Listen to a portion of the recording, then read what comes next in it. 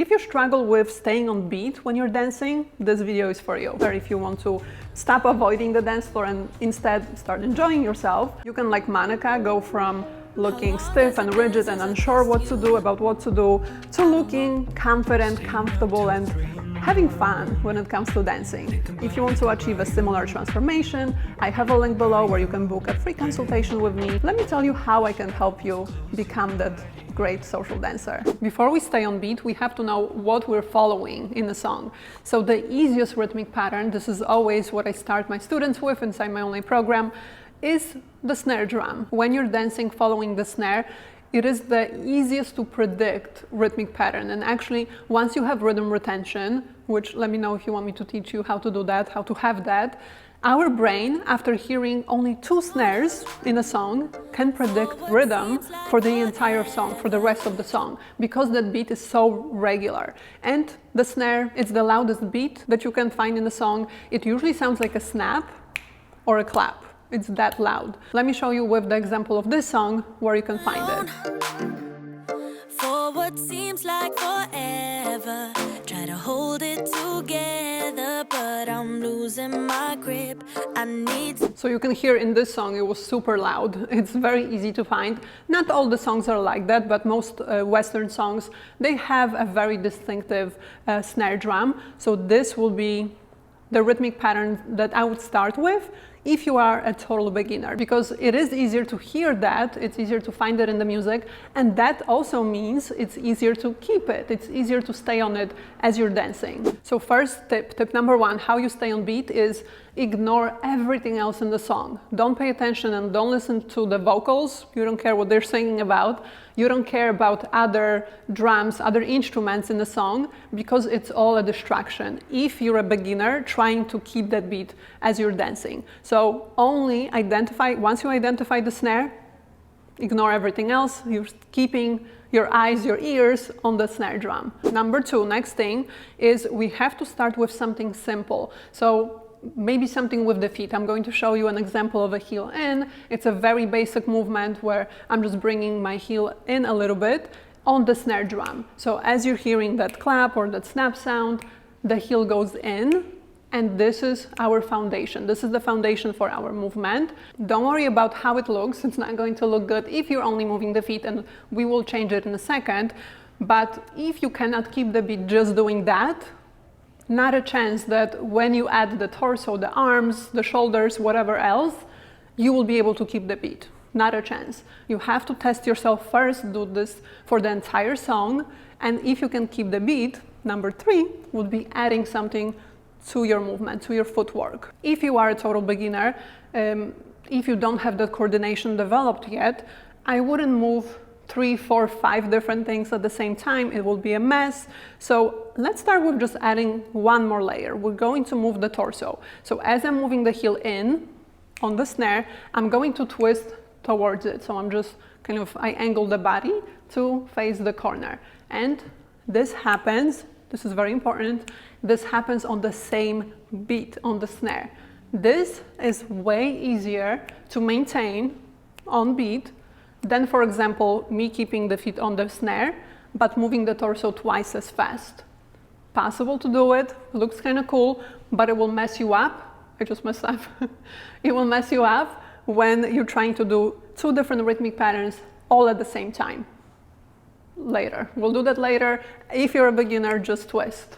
I always recommend building the movement up gradually, meaning first, you have to be able to keep one thing to the beat, let's say your feet. Then, maybe you add the torso.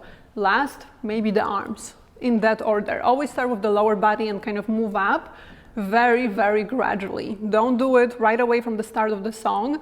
I would start with the feet, keep that going for a little bit. Once you feel comfortable, add the twist, and then keep that going for a little bit, even for like not half a song, maybe like 30 seconds, and then add the final layer.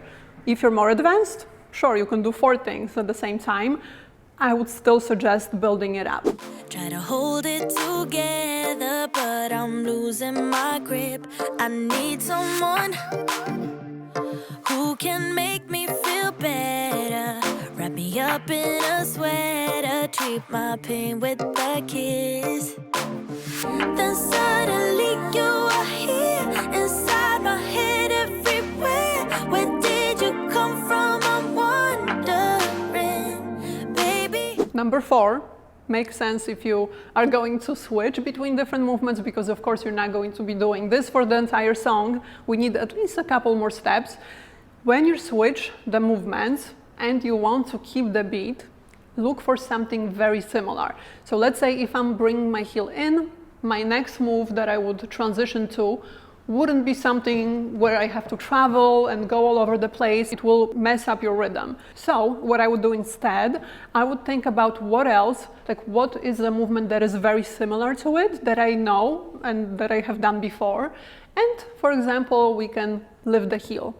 Here we were bringing the heel in, so this is just another direction. Like it's easy to remember it. Instead of in, it just goes up. Or if, let's say, I'm doing heel in, I'm going to think about what can I do that is similar to it, and I can still kind of keep the heel inside, inwards, but I will add a little step. You see how similar this move is to this?